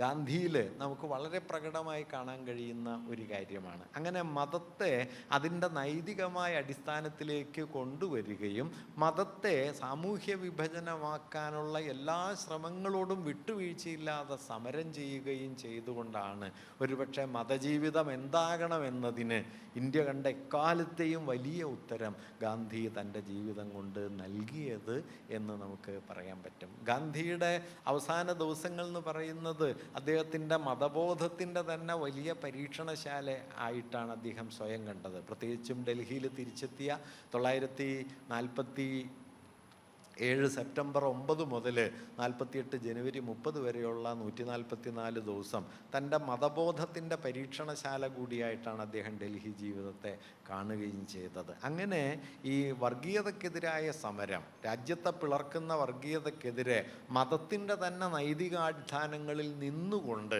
ഈശ്വര അല്ലാ തേരേ നാം എന്ന് പറയുന്ന ആ ഒരു വിപുലമായ മാനവിക ബോധത്തിലേക്ക് മതത്തെ രൂപാന്തരപ്പെടുത്തിയെടുക്കാനുള്ള ശ്രമം, ഇത് അദ്ദേഹത്തിൻ്റെ ഇടപെടലുകളിലെ 4ാമത്തെ സുപ്രധാനമായ ഒരു ഘടകമാണ് എന്ന് ഞാൻ കരുതുന്നു. 5ാമത്തേത് ആധുനികത എന്ന് നാം സാമാന്യേന വിളിച്ചു വരുന്ന മുതലാളിത്ത ആധുനികതയോടുള്ള ഗാന്ധിയുടെ വിമർശനങ്ങളാണ്. ഗാന്ധി ആധുനിക വിരുദ്ധനാണ് എന്ന് പലരും പറയാറുണ്ട്. ഗാന്ധി ജാതിവാദിയാണ്, വംശീയവാദിയാണ്, ശാസ്ത്രവിരോധിയാണ്, ആധുനിക വിരുദ്ധനാണ് എന്നെല്ലാം ധാരാളമായിട്ട് പറയാറുണ്ട്. ഇങ്ങനെ പറയുമ്പോൾ നാം കാണാതെ പോകുന്ന ഒരു കാര്യം എന്താണെന്ന് വെച്ച് കഴിഞ്ഞാൽ, ആധുനികത എന്ന് നാം പുറമേ വിളിക്കുന്നതിൻ്റെ ഹൃദയം വാസ്തവത്തിൽ മുതലാളിത്താണ്. സമീർ അമീൻ അതേക്കുറിച്ച് എഴുതുന്നൊരു ലേഖനത്തിൽ പറയുന്നുണ്ട്, ആധുനികത അതിൻ്റെ ഉത്ഭവത്തിലും വികാസ ചരിത്രത്തിലും ഉടനീളം മുതലാളിത്തത്തോടൊപ്പമായിരുന്നു. ആധുനികതയുടെ ഹൃദയതത്വങ്ങളായി വികസിച്ചു വന്ന വ്യക്തി സങ്കല്പമാകട്ടെ, നേഷൻ സ്റ്റേറ്റ് ദേശരാഷ്ട്ര സങ്കല്പമാകട്ടെ, അതിൻ്റെ പുരോഗതിയാകട്ടെ, അതിൻ്റെ വികസന യുക്തിയാകട്ടെ, മുതലാളിത്തത്തിൻ്റെ മൂലധന താല്പര്യങ്ങളുമായി ആഴത്തിൽ കെട്ടുപിണഞ്ഞു കിടക്കുന്നതായിരുന്നു. ഈ കെട്ടുപിണയൽ നമുക്ക് ഒറ്റ നോട്ടത്തിൽ തെളിഞ്ഞു കിട്ടണമെന്നില്ല. അതുകൊണ്ട് പലപ്പോഴും മുതലാളിത്തത്തിനെതിരായ വിമർശനം മുതലാളിത്തത്തിൻ്റെ സാമ്പത്തിക വ്യവസ്ഥയ്ക്കെതിരായ വിമർശനമായി നിൽക്കുമ്പോഴും അത് ജന്മം നൽകിയ ഇതര മൂല്യങ്ങളോട്, ജീവിത വ്യവഹാരങ്ങളോട് മിക്കവാറും വിമർശനരഹിതമായി തീർന്നു. വാസ്തവത്തിൽ ലോകത്ത് ഇടതുപക്ഷപരമെന്നോ അല്ലെങ്കിൽ സോഷ്യലിസ്റ്റ് എന്നൊക്കെ വിളിക്കാവുന്ന രാഷ്ട്രീയ പ്രയോഗങ്ങൾക്ക് സംഭവിച്ച ഒരു പരാധീനത അതാണ്. അത് മുതലാളിത്തത്തെ മാർക്സ് ഒരു ഘട്ടത്തിൽ ഇത് പറയുന്നുണ്ട്. പക്ഷേ 19ാം നൂറ്റാണ്ടിൽ മാർക്സിനെ സംബന്ധിച്ച് മുതലാളിത്തത്തിൻ്റെ ആധുനികമായ പ്രകൃതത്തെക്കാൾ അതിൻ്റെ സാമ്പത്തിക ചൂഷണത്തെ മുൻപിൽ നിർത്തണമായിരുന്നു. എങ്കിലും മാനിഫെസ്റ്റോയിൽ മാർക്സ് ഉപയോഗിക്കുന്ന ഒരു വാക്ക് ബൂർഷ്വാസി സ്വന്തം മാതൃകയിലാണ് ലോകത്തെ നിർമ്മിക്കുന്നത് എന്നാണ്. അതുകൊണ്ട് ബൂർഷ്വാസി നിർമ്മിക്കുന്ന ലോകം ഒരു സാർവദേശീയ ലോകമല്ല. ബൂർഷ്വാസി നിർമ്മിക്കുന്ന ലോകം ഒരു സാർവദേശീയ മാനവികതയുടെ ലോകമല്ല, ബൂർഷ്വാ ലോകമാണ്. അതിലെ വ്യക്തിസങ്കല്പം, കുടുംബസങ്കല്പം, പുരോഗതി സങ്കല്പം, രാഷ്ട്രസങ്കല്പം ഇതെല്ലാം തന്നെ മുതലാളിത്ത ആധുനികതയുമായി കെട്ടുപിണഞ്ഞ് മൂലധന ബന്ധങ്ങളാൽ കുടുങ്ങിക്കിടക്കുന്ന ഒന്നായിരുന്നു. ഇത് തൻ്റെ സഹജമായ ശേഷി കൊണ്ട് ഗാന്ധി തിരിച്ചറിയുകയും അതിനോട് ഗാന്ധി വിമർശനാത്മകമായ നിലപാടെടുക്കുകയും ചെയ്യുന്നുണ്ട്. അഖിൽ ബിൽഗ്രാമി അതേക്കുറിച്ച് പറയുന്നൊരു കാര്യം, മാർക്സിനും ഗാന്ധിക്കും ഇടയിലുള്ള മീറ്റിംഗ് പോയിന്റ് എന്താണെന്ന് വെച്ച് കഴിഞ്ഞാൽ അന്യവൽകൃതമല്ലാത്ത മനുഷ്യജീവിതം എന്നതായിരുന്നു രണ്ടുപേരുടെയും താല്പര്യം. ആ അന്യവൽക്കരണത്തിലേക്ക് വഴിവെക്കുന്ന ഭരണകൂട സങ്കല്പങ്ങളോട്, വ്യക്തിസങ്കല്പങ്ങളോട്, കുടുംബഘടനയോട്, മതത്തോട്, സർവ്വതിനോടും ഗാന്ധി ഇൻറ്റ്യൂറ്റീവായി ഒരു തരത്തിൽ അന്തർജ്ഞാനപരമായി തന്നെ ഗാന്ധി പ്രതിരോധം ഉയർത്തിക്കൊണ്ടിരുന്നു. ഞാൻ ഒറ്റ പോയിന്റ് മാത്രം പറയാം. ചരിത്രത്തെക്കുറിച്ച് ഗാന്ധി സാന്ദർഭികമായി പറയുന്ന ഒരു വാക്യം എന്താണെന്ന് വെച്ച് കഴിഞ്ഞാൽ, ചരിത്രം എന്ന് പറയുന്നത് മാനുഷികമായ സ്നേഹത്തിൻ്റെ സമതുലിതമായ വിനിമയത്തിലുണ്ടാകുന്ന ഇടർച്ചകളാണ്. ഗാന്ധി ഒരിക്കൽ പറയുകയാണ്, മാനുഷികമായ സ്നേഹത്തിൻ്റെ സമതുലിതമായ വിനിമയം നമുക്കിടയിൽ നടക്കുമ്പോൾ അത് ചരിത്രമല്ല, മറിച്ചൊരു യുദ്ധം വന്നാൽ, ഒരു കലാപം വന്നാൽ, ഒരു പ്രക്ഷോഭം വന്നാൽ, കൂട്ടക്കൊല വന്നാൽ, രക്തച്ചൊരിച്ചിൽ വന്നാൽ നിശ്ചയമായും ചരിത്രമാണ്. പിന്നെ ഗാന്ധി പറയുന്നുണ്ട്, ചരിത്രം ഇല്ല എന്നുള്ളത് ഇന്ത്യയുടെ ഒരു പോരായ്മയല്ല, ഇന്ത്യയുടെ ഗുണമാണ്. കാരണം ചരിത്രം എന്ന് പറയുന്നത് അധികാരത്തിൻ്റെയും ആണുങ്ങളുടെയും ലോകമാണ്. പോസ്റ്റ് കൊളോണിയൽ ഹിസ്റ്റോറിയോഗ്രാഫി പിൽക്കാലത്ത് ഉന്നയിക്കാനിരുന്ന വിമർശനം ഗാന്ധി 30കളിൽ പറയുന്നുണ്ട്. ഇത് അധികാരത്തിൻ്റെ ചരിത്രമാണ്, ആണുങ്ങളുടെ ചരിത്രമാണ്. അതില്ല എന്നുള്ളതൊരു ഗുണമാണ്. ഞാൻ പറഞ്ഞു വന്നത്, ഇങ്ങനെ ആധുനികത എന്ന് നാം പുറമേ പറയുന്ന ആ പ്രക്രിയയ്ക്കുള്ളിൽ വളരെ ആഴമേറിയ ചില പ്രശ്നങ്ങൾ, ഇപ്പോൾ ഭരണകൂടത്തോടുള്ള ഗാന്ധിയുടെ വിമർശനം അവിടെ ശ്രദ്ധിക്കേണ്ടതാണ്. ഭരണകൂടത്തെ ഗാന്ധി വിമർശിക്കുന്നത്, മോഡേൺ സ്റ്റേറ്റിനെ ഗാന്ധി തള്ളിപ്പറയുന്നത് അത് അടിസ്ഥാനപരമായി മനുഷ്യവിരുദ്ധമാണ് എന്ന ഒരു വീക്ഷണത്തിലാണ്. എന്തുകൊണ്ടെന്ന് വെച്ചാൽ, തോമസ് ഹോബ്സ് 18ാം നൂറ്റാണ്ടിലും 19ാം നൂറ്റാണ്ടിലുമായിട്ട് വികസിപ്പിച്ചെടുക്കുന്ന മോഡേൺ സ്റ്റേറ്റിനെ കുറിച്ചുള്ള സങ്കല്പം എന്തിൻ്റെ അടിസ്ഥാനത്തിലാണെന്ന് ചോദിച്ചാൽ, മനുഷ്യരെല്ലാം ജന്മനാ സ്വാർത്ഥമതികളാണെന്നും അതുകൊണ്ട് എൻ്റെ സ്വാർത്ഥത്തിൻ്റെ നിർവഹണത്തിന് ഞാനും നിങ്ങളുടെ സ്വാർത്ഥത്തിൻ്റെ നിർവഹണത്തിനായി നിങ്ങളും പരിശ്രമിക്കുമ്പോൾ മനുഷ്യ സമൂഹം എല്ലാവരും എല്ലാവർക്കും എതിരായിത്തീരുന്ന, ഓൾ എഗെയിൻസ്റ്റ് ഓൾ എന്ന് പറയുന്ന ഒരു പ്രാകൃതത്വത്തിലേക്ക് നീങ്ങും എന്നുമായിരുന്നു ഹോബ്സിൻ്റെ കാഴ്ചപ്പാട്.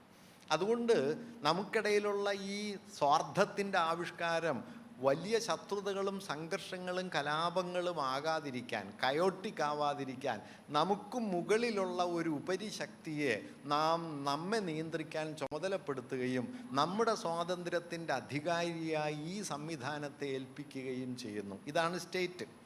ഈ സംവിധാനം നമുക്ക് മേലുണ്ടാക്കുന്ന ക്രമീകരണങ്ങളെയാണ് നമ്മൾ റൂൾ ഓഫ് ദി ലോ എന്ന് പറയുന്നത്, നിയമവാഴ്ച. ഗാന്ധി വളരെ ചെറിയൊരു കാര്യമാണ് ഇതിനെതിരെ പറഞ്ഞത്. മനുഷ്യരിൽ സ്വാർത്ഥം ഉണ്ടെന്നുള്ളത് ശരിയാണ്, പക്ഷേ സ്വാർത്ഥത്തെ പോലെ മനുഷ്യരിൽ പരിത്യാഗശേഷിയുണ്ട്, സാക്രിഫിഷ്യൽ പൊട്ടൻഷ്യലുണ്ട്. മനുഷ്യന് പരിത്യജിക്കാൻ ശേഷിയുണ്ട്. മറ്റാർക്കോ വേണ്ടി മരിക്കാൻ പറ്റും, മറ്റാർക്കോ വേണ്ടി ത്യജിക്കാൻ പറ്റും, മറ്റാർക്കോ വേണ്ടി ജീവിക്കാൻ പറ്റും. ഇത് വലിയ രക്തസാക്ഷികൾക്ക് മാത്രമൊന്നുമല്ല, എല്ലാ സാധാരണ മനുഷ്യർക്കും പറ്റും. ഗാന്ധി പരിത്യാഗത്തിൻ്റെ അടയാളങ്ങളായി സാധാരണ മനുഷ്യരിൽ 2 മൂല്യങ്ങളെ കാണുന്നുണ്ട്. ഒന്ന് സ്നേഹമാണ്, മറ്റൊന്ന് വാത്സല്യമാണ്. സ്നേഹത്തിലും വാത്സല്യത്തിലും പരിത്യാഗമുണ്ട്. കുമാരനാശാൻ 23 ചണ്ടാല ഭിക്ഷുകിയിൽ മൈത്രിയെക്കുറിച്ച് എഴുതുമ്പോൾ ഈ ആശയം പറയുന്നുണ്ട്. അമ്മ തൻ നെഞ്ഞ് ഞരമ്പിൽ തങ്ങി ചെമ്മേ ചെഞ്ചോരയെ തന്നെ അമ്മിഞ്ഞത്തൂ അമൃതാക്കും മൈത്രി എന്ന് പറയും. അതുകൊണ്ട് മനുഷ്യനിൽ ഈ പരിത്യാഗശേഷിയുണ്ട്.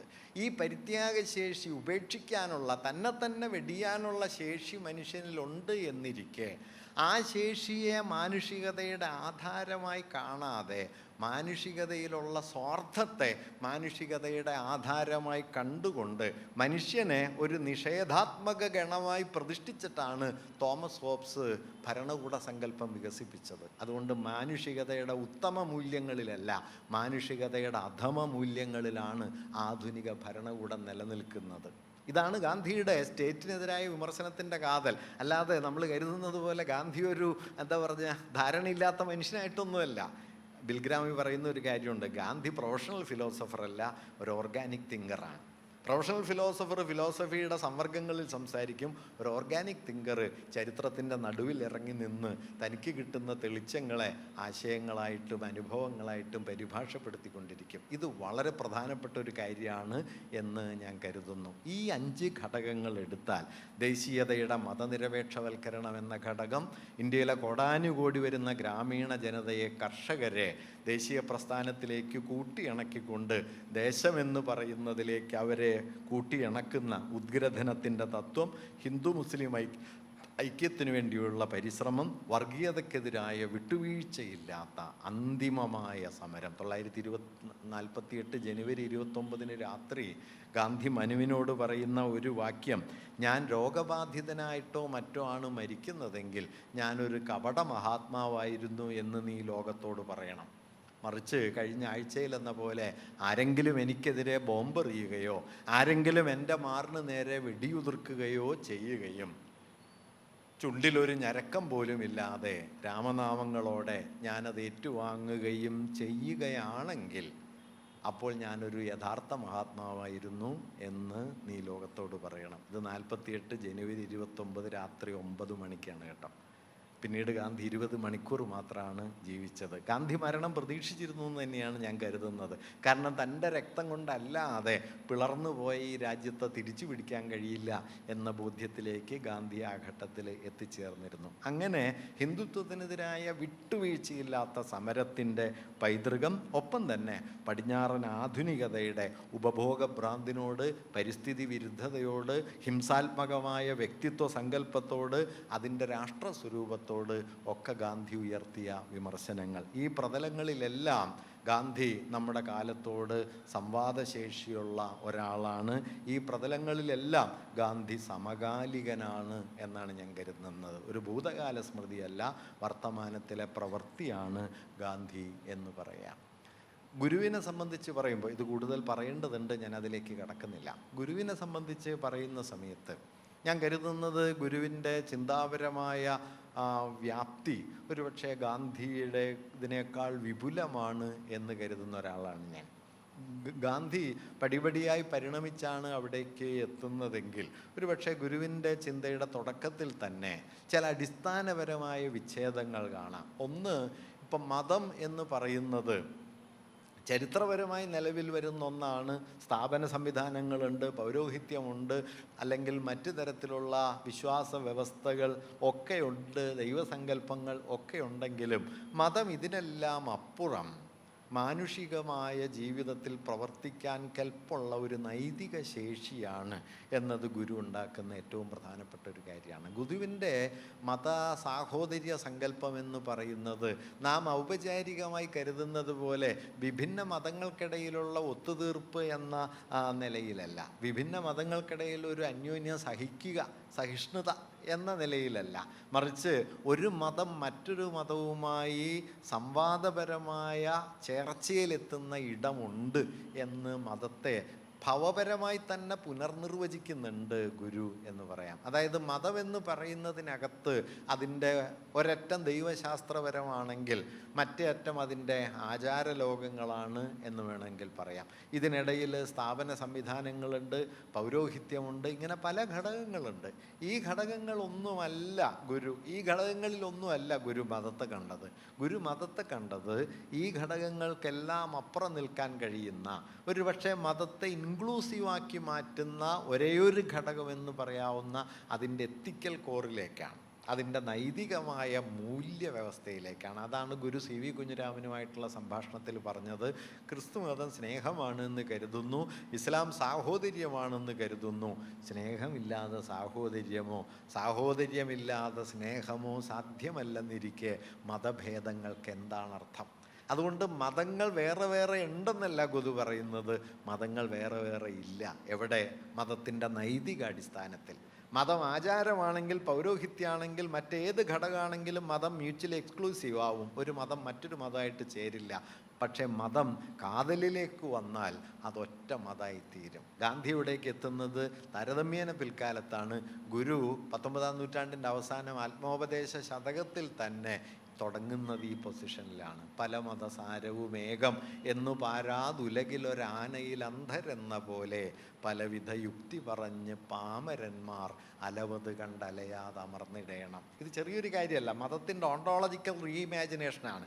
ഭവപരമായി തന്നെ മതത്തെ പുനർവിഭാവനം ചെയ്ത് ചരിത്രത്തിൽ നിലനിന്ന മതം, സ്ഥാപനപരമായ മതം, ദൈവശാസ്ത്രപരമായ മതം, ഇതിനും അപ്പുറത്തേക്ക് മതത്തിനൊരു പക്ഷേ ആധുനികമായി നൽകാവുന്ന ഏറ്റവും വിശാലമായ ഒരടിസ്ഥാനം നൽകിക്കൊണ്ടാണ് ഗുരു അതിനെ നൈതികമായ ഒരു തലത്തിലേക്ക് കൊണ്ടുവന്നത്. ഒരു പക്ഷേ കേരളത്തിനും കൈവന്ന ഗുരുവിൽ നിന്ന് ലഭിച്ച ഏറ്റവും ആധുനികമെന്ന് വിളിക്കാവുന്ന ഒരു ഊന്നൽ മതത്തെ സംബന്ധിക്കുന്ന ഈ പുനർവിഭാവനമാണ് എന്ന് പറയാം. രണ്ടാമത്തെ ഒരു കാര്യം ജാതിക്കെതിരായിട്ടുള്ള ഗുരുവിൻ്റെ നിശിതമായ നിലപാടാണ്. ജാതിയെ കേവലമായി വിമർശിച്ചു എന്നുള്ളതല്ല. ഇപ്പോൾ കേരളത്തിൽ ജാതി വിമർശനത്തിൻ്റെ സുദീർഘ ചരിത്രമുണ്ട്. ചാന്നാർ ലഹള മുതൽ ജാതി വിരുദ്ധതയുടെ പല വഴികൾ നമുക്കുണ്ട്. സാധുജന പരിപാലന സംഘമുണ്ട്, പ്രത്യക്ഷ രക്ഷാ ദൈവസഭയുണ്ട്, അല്ലെങ്കിൽ വേലുക്കുട്ടി അരയനെയും കുറുമ്പൻ ദൈവത്താനെയും അയ്യപ്പൻ മാഷയെയും പോലെ ധാരാളം പേർ നമുക്ക് ജാതി വിരുദ്ധമായ മാനവികതയുടെ വക്താക്കളായിട്ടുണ്ട്. ഇതിൽ നിന്ന് ഗുരുവിൻ്റെ ജാതി വിമർശനത്തെ വ്യത്യസ്തമാക്കുന്ന ഒരു ഘടകം എന്തെന്ന് വെച്ചാൽ, അദ്ദേഹം ജാതി എന്ന സങ്കല്പത്തെ ഒരുപക്ഷെ അന്ന് നിലനിന്ന എല്ലാ അടിസ്ഥാന യുക്തികളിൽ നിന്നും മാറ്റിയിട്ട് ജാതിയെ ശാരീരികവും ഭൗതികവുമായ ഒരു തത്വത്തിലേക്ക് കൊണ്ടുവന്നു. പുണർന്നു പെറുന്നതെല്ലാം ഒരിനമാം എന്ന്. അത് രണ്ട് നിലയിലാണ്. ഒരുപക്ഷെ ഗാന്ധിയും ഗുരുവും തമ്മിലുള്ള കൂടിക്കാഴ്ചയ്ക്ക് ശേഷം ഗാന്ധി വർണ്ണധർമ്മത്തിന് അനുകൂലമാണ് എന്ന് ശിഷ്യന്മാർ പറയുന്ന സമയത്ത് ഗുരു പറയുന്നൊരു കാര്യം, അത്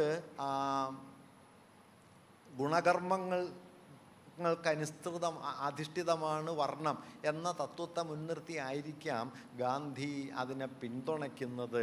പക്ഷേ ഗുണകർമ്മങ്ങൾക്ക് സ്ഥായിത്വമില്ലല്ലോ. ഗാന്ധി ഗുരു ഉന്നയിക്കുന്നൊരു ചോദ്യമാണ്. ഗുണകർമ്മങ്ങൾക്ക് സ്ഥായിത്വമൊന്നുമില്ല.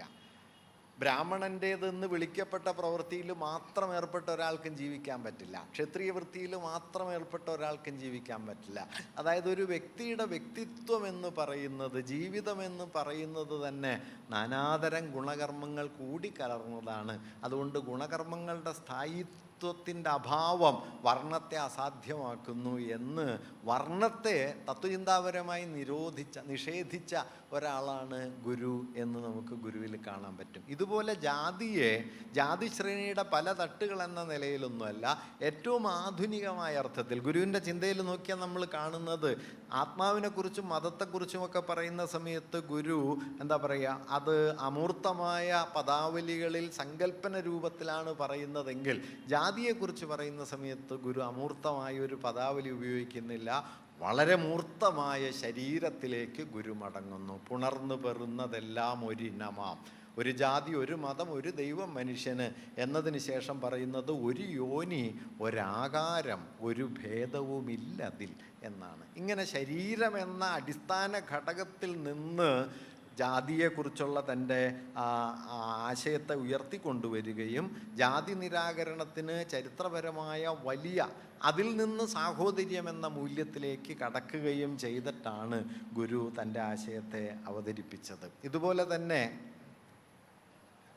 സമയമായി എന്നാണ് പറയുന്നത്. 5 മിനിറ്റ് ഉണ്ട്.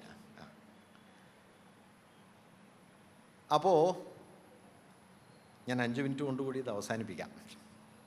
ഞാൻ തുടക്കത്തിൽ പറഞ്ഞല്ലോ, ഇത് പറഞ്ഞു തീർക്കുക എന്നുള്ളത് എളുപ്പമുള്ള കാര്യമല്ല.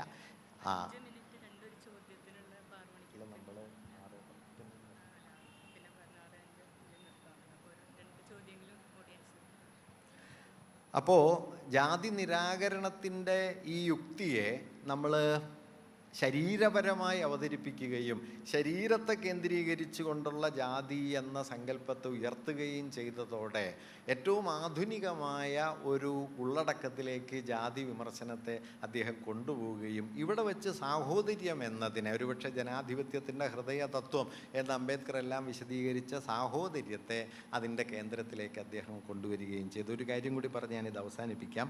അത് ഗുരുവിൽ വളരെ പ്രബലമായിട്ട് നിൽക്കുന്ന ആത്മാപര സങ്കല്പമാണ്. ആ പോയിന്റിൽ എത്തുന്ന സമയത്ത് ആധുനികതയുടെ അടിസ്ഥാനപരമായ ഒരു പരാധീനതയെ ഗുരു മറികടക്കുന്നുണ്ട്. കാരണം ആധുനികത മനുഷ്യനെ നിർവചിച്ചതിൽ തന്നെ ഒരു തരത്തിലൊരു ഫാസിസ്റ്റ് പൊട്ടൻഷ്യൽ ഉണ്ട് എന്ന് പിൽക്കാലത്ത് പല ചിന്തകരും പറയുന്നുണ്ട്. ലെവിനാസിനെ പോലുള്ള ആളുകളൊക്കെ പറയുന്നത് എക്സ്ക്ലൂഷൻ ഓഫ് ദ അതർ, അപരത്തിൻ്റെ നിരാകരണം വഴി നിലവിൽ വരുന്ന ആത്മമെന്ന സങ്കല്പം. ഗുരുവിലാകട്ടെ അപരത്തിൻ്റെ സ്വാംശീകരണം വഴി, അപരോന്മുഖത വഴി, അപരപ്രിയ ഹേതുത്വം വഴി മാത്രം സാധ്യമാകുന്ന ആത്മമെന്ന സങ്കല്പമാണുള്ളത്.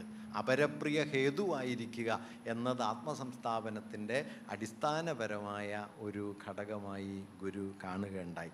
ഇങ്ങനെ മതത്തെ സംബന്ധിച്ചും ജാതിയെ സംബന്ധിച്ചും ആത്മബോധത്തെ സംബന്ധിച്ചും സാഹോദര്യത്തെ സംബന്ധിച്ചും ദൈവഭാവനയെ സംബന്ധിച്ചും ഈ എല്ലാ തലങ്ങളിലും ആധുനികമെന്ന് വിളിക്കാവുന്ന ഒരു നൈതിക പ്രതലത്തിലേക്ക് കേരളീയ ജീവിതത്തെ കൊണ്ടുവരാനായിട്ട് പരിശ്രമിക്കുകയും ജീവിതത്തിൻ്റെ എല്ലാ പ്രതലങ്ങളോടും ഏതെങ്കിലും ഒരു വഴിയിലല്ല, സന്യാസത്തിൻ്റെ ഒരു വഴി ഒരു ഭാഗത്തുള്ള സമയത്ത് ഭൗതിക പ്രയോഗങ്ങളുടെ വ്യവസായത്തിൻ്റെ ധാരാളം പ്രവൃത്തികൾ ഗുരു മറുഭാഗത്തും ചെയ്യുന്നുണ്ട്.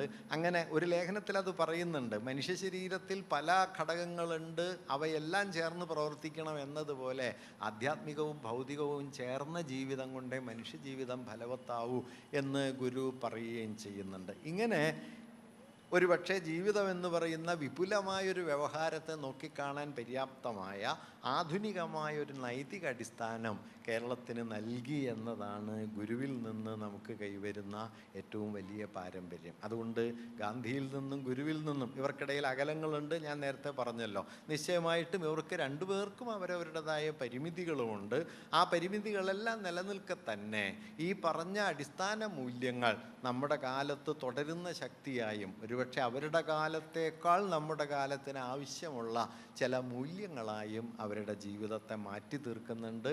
അതിനെ സ്വാംശീകരിക്കാൻ നമുക്ക് എത്രത്തോളം കഴിയുമെന്നത് ഒരുപക്ഷെ ഇന്നത്തെ നിലയ്ക്ക് നമ്മുടെ രാഷ്ട്രം എത്ര കാലം തുടരുമെന്ന ചോദ്യത്തിനുള്ള ഉത്തരം കൂടിയായി മാറുന്നു എന്നാണ് ഞാൻ കരുതുന്നത്. നമസ്കാരം.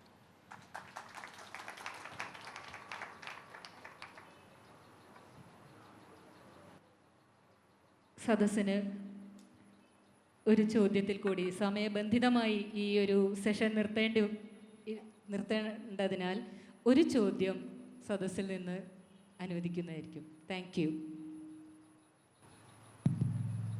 മാഷിന് നമസ്കാരം. ചോദ്യമല്ല, ഗുരുവും ഗാന്ധിയും ഒരർത്ഥത്തിൽ അവരുടെ, മാഷ് പറഞ്ഞതുപോലെ തന്നെ അവരുടെ ജീവിതം, അവരുടെ ഭൗതികമായ ജീവൻ ത്യജിച്ചുകൊണ്ടാണ് നമ്മുടെ ഈ സമത്വം, സാഹോദര്യം, മതേതരത്വം തുടങ്ങിയ ആശയങ്ങളൊക്കെ സംരക്ഷിക്കുന്നതിന് വേണ്ടി അവർ പരിശ്രമിച്ചത്. അപ്പം അങ്ങനെ നോക്കുമ്പോൾ പുതിയ സമൂഹത്തിൽ നമ്മുടെ ഈ കേരളീയ പരിസരത്തിൽ പോലും ഗുരുവൊക്കെ ആത്യന്തികമായി വിശ്വസിച്ചിരുന്ന ആശയങ്ങളിൽ നിന്നൊക്കെ നമുക്കും വളരെ പിന്നോട്ട് പോകേണ്ട ഒരു സാഹചര്യം. സിനിമയ്ക്ക്, ഒരു ചലച്ചിത്രത്തിനൊരു പേരിടുമ്പോൾ പോലും നമ്മൾ ശ്രദ്ധിക്കേണ്ടിയിരിക്കുന്ന ഒരു കാലത്താണ്. എന്ത് പ്രായോഗിക സമീപനമാണ് നമുക്ക്, ഇത് അങ്ങനെ ഉണ്ടാവില്ല എന്ന് എനിക്കറിയാം, എന്നാലും എന്ത് പ്രായോഗിക സമീപനമാണ് നമുക്ക് ഇതിനെ അതിജീവിക്കാൻ തക്ക രീതിയിൽ നമുക്ക് നമ്മുടെ സമൂഹത്തിലേക്ക് പ്രേഷണം ചെയ്യാൻ കഴിയുന്നത്, കൊടുക്കാൻ കഴിയുന്നത്? അല്ല, പ്രായോഗികമെന്ന് പറഞ്ഞാൽ ഇപ്പോൾ പ്രായോഗികതയെ നമ്മൾ ഇമ്മീഡിയറ്റ് ആയിട്ടുള്ള ഫലപ്രാപ്തി എന്നതുമായി ചേർത്ത് വെക്കരുത്. നമുക്ക് പലപ്പോഴും ഉള്ള ഒരു പ്രശ്നം പ്രായോഗികമായതെല്ലാം ഉടനടി ഫലം ഉണ്ടാക്കുന്നതാണ് എന്നാണ്. ഞാൻ ഗാന്ധി വളരെ പ്രായോഗിക ശേഷി ഉണ്ടായ ഒരാളെന്ന് കരുതുന്ന ആളാണ്. അതെന്തുകൊണ്ടാണെന്ന് വെച്ച് കഴിഞ്ഞാൽ അത് ഗാന്ധി പറഞ്ഞതെല്ലാം നടന്നു. ഗാന്ധി ജീവിച്ച കാലത്താണല്ലോ ഇന്ത്യ കണ്ട ഏറ്റവും വലിയ വർഗീയ ലഹള നടന്നത്. ഗാന്ധി ജീവിച്ചിരുന്ന കാലത്താണ്. പക്ഷേ ഗാന്ധിക്ക് വലിയ പ്രായോഗിക ഫലം ഉണ്ട് എന്ന് ഞാൻ കരുതുന്നു. അത് നേരത്തെ ഇർഫാൻ പറഞ്ഞ കാര്യം ഞാൻ നിങ്ങളോട് പറഞ്ഞല്ലോ. അടിസ്ഥാന മൂല്യങ്ങളിൽ നിർണായക നിമിഷങ്ങളിൽ വിട്ടുവീഴ്ച ചെയ്യാതിരിക്കുക, അതിൽ ഉറച്ചു നിൽക്കുക എന്നതാണ്. അത് പ്രായോഗികതയുടെ ഏറ്റവും ഉയർന്ന തലം അതാണ്. അതായത് പ്രായോഗികത എന്ന് പറയുന്നത് അപ്പപ്പോൾ ആവശ്യങ്ങൾക്ക് വേണ്ടി നടത്തുന്ന ഒത്തുതീർപ്പുകൾ നിശ്ചയമായിട്ടും വേണ്ടി വരും. പക്ഷെ ചില അടിസ്ഥാന വിഷയങ്ങളിൽ നമ്മൾ ഒരു ഒത്തുതീർപ്പിനും സന്നദ്ധാവാതിരിക്കുക. ഇപ്പം ഗാന്ധിയെ സംബന്ധിച്ചാണെങ്കിൽ വിഭജന സമയത്ത് അദ്ദേഹത്തിന് പറയായിരുന്നു, ഞാൻ മുൻകൂട്ടി പറഞ്ഞതാണല്ലോ, ഞാനാണല്ലോ ഇതെല്ലാം പറഞ്ഞതെന്ന്. അദ്ദേഹം നിശബ്ദത പാലിച്ചില്ല. മറിച്ച് കലാപത്തിൻ്റെ നടുവിലേക്ക് ചെല്ലുകയും കലാപബാധിതമായ പ്രദേശങ്ങളിലൂടെ നടക്കുകയും കലാപത്തെ പിടിച്ചു കെട്ടാനായിട്ട് ശ്രമിക്കുകയും അതിനെ പിടിച്ചു കെട്ടുന്നതിൽ ഒരുപക്ഷെ ഞാൻ വിശ്വസിക്കുന്നത് ഗാന്ധിയുടെ രക്തസാക്ഷിത്വം ഇല്ലായിരുന്നുവെങ്കിൽ 1950കളിൽ തന്നെ ഇന്ത്യ ഒരു ഹിന്ദു രാഷ്ട്രമായി രൂപാന്തരപ്പെടുമായിരുന്നു എന്നുള്ളതാണ്. അതുകൊണ്ട് ഗാന്ധിയുടെ ചോരയ്ക്ക് മുകളിലാണ് ഒരു 50 കൊല്ലമെങ്കിലും നമ്മളൊരു സെക്യുലർ സ്റ്റേറ്റായി നിന്നത് എന്നുകൂടി നാം ഓർക്കേണ്ടതാണ്. അതുകൊണ്ട് പ്രായോഗികമായി അതിന് ഫലമുണ്ട് എന്ന് തന്നെയാണ് നാം കരുതേണ്ടത്. എന്താണെന്നറിയോ, ഗാന്ധി 20കളിൽ വന്നില്ലെങ്കിൽ തിലകൻ്റെ എക്സ്റ്റൻഷനായി ഇവിടെ അടുത്ത ചുവട് വയ്ക്കാവുന്ന ഒരാൾ സവർക്കറായിരുന്നു. തിലകൻ്റെ സ്വാഭാവികമായ തുടർച്ച സവർക്കറിലേക്ക് സാധ്യമാകുമായിരുന്നു. അതിനെ ചെറുത്തത് ഗാന്ധിയാണ് എന്ന് വേണമെങ്കിൽ പറയാം. അതുകൊണ്ട് 20ാം നൂറ്റാണ്ടിൻ്റെ മതനിരപേക്ഷമായ ഒരു രാഷ്ട്രഭാവനയ്ക്കും രാഷ്ട്രസ്വരൂപത്തിനും നാം വ്യക്തിപരമായി ആരോടെങ്കിലും കടപ്പെട്ടിട്ടുണ്ടെങ്കിൽ ഞാൻ കരുതുന്നത് അത് ഗാന്ധിയോടാണെന്നാണ്. ഒറ്റക്കൊരാൾ ചെയ്തു എന്നുള്ള അർത്ഥത്തിലല്ല, പക്ഷേ ഗാന്ധി അതിൻ്റെ ക്രോഡീകരണത്തിൻ്റെ കേന്ദ്രമായി നിന്നു എന്നിന്ന് തിരിഞ്ഞു നോക്കിയാൽ നമുക്ക് കാണാൻ പറ്റും. ആ നിൽപ്പ് നിൽക്കാൻ നമ്മളാൽ കഴിയുന്ന വിധത്തിൽ നമുക്കും ബാധ്യതയുണ്ട്. ഗാന്ധി ചെയ്ത അത്രയും നല്ല, പക്ഷേ ഉറച്ചു നിൽക്കാനായിട്ട് നമുക്കും ബാധ്യതയുണ്ട്. അതാണ് പ്രായോഗികമായ ഒരു കാര്യം എന്നാണ് എനിക്ക് തോന്നുന്നത്. ചർച്ചകൾ, ആഴത്തിലുള്ള മനനങ്ങൾ തുടർന്നുകൊണ്ടേയിരിക്കട്ടെ. ഗാന്ധി ഗുരു സമൂഹം എന്ന വിഷയത്തിൽ ആഴമേറിയ പ്രഭാഷണം നടത്തിയ ശ്രീ സുനിൽ പി ഇളയടത്തിന് സാർവദേശീയ സാഹിത്യോത്സവത്തിൻ്റെ പേരിൽ നന്ദി അറിയിക്കുന്നു. സാഗോദം വീക്ഷിച്ച ഈ സദസ്സിനും ഹൃദയത്തിൽ നിന്നും ഒരുപാട് നന്ദി, സ്നേഹം.